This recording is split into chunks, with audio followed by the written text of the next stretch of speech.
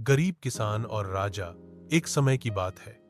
हरे भरे पहाड़ों के बीच बसे एक छोटे से गांव में रामू नाम का एक गरीब किसान रहता था। उसके पास जमीन का एक छोटा सा टुकड़ा, एक पुराना हल और एक बैल था।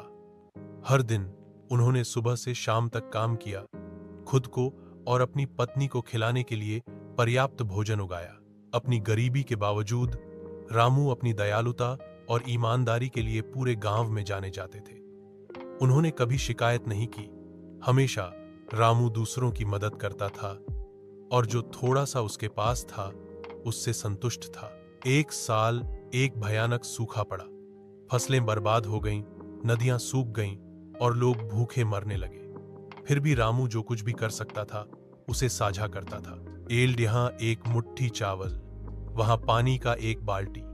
जब उसके पड़ोसियों ने पूछा कि वह इतना उदार कैसे हो सकता है, तो रामू बस मुस्कुराया और कहा, अगर मेरे पास 2 रोटियां हैं और तुम्हारे पास कोई नहीं है तो हम दोनों के पास एक है।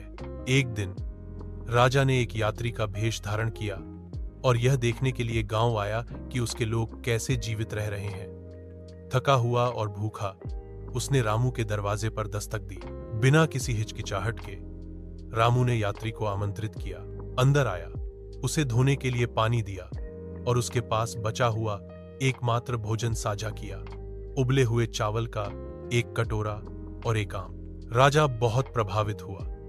उसने अपनी पहचान बताई और कहा, रामू, तुम्हारा दिल अधिक समृद्ध है। किसी भी खजाने से ज्यादा कुछ भी मांगो और मैं इसे प्रदान करूंगा। रामू ने एक पल के लिए सोचा और जवाब दिया, महाराज, यदि आप वास्तव में मुझे पुरस्कृत करना चाहते हैं तो कृपया सुनिश्चित करें कि मेरे गांव में कोई भी कभी न जाए। फिर से भूखा हूं। राजा चकित था। उसने सोना, भूमि या उपाधियां की उम्मीद की थी, लेकिन यहां एक ऐसा व्यक्ति था जिसने इनमें से किसी की भी मांग नहीं की। उस दिन से आगे गांव फला फूला। राजा ने कुएं बनाए, अन्न भंडार बनाए, ऐस और स्कूल। रामू ने अपना शेष जीवन विनम्रता से बिताया, सभी द्वारा सम्मानित।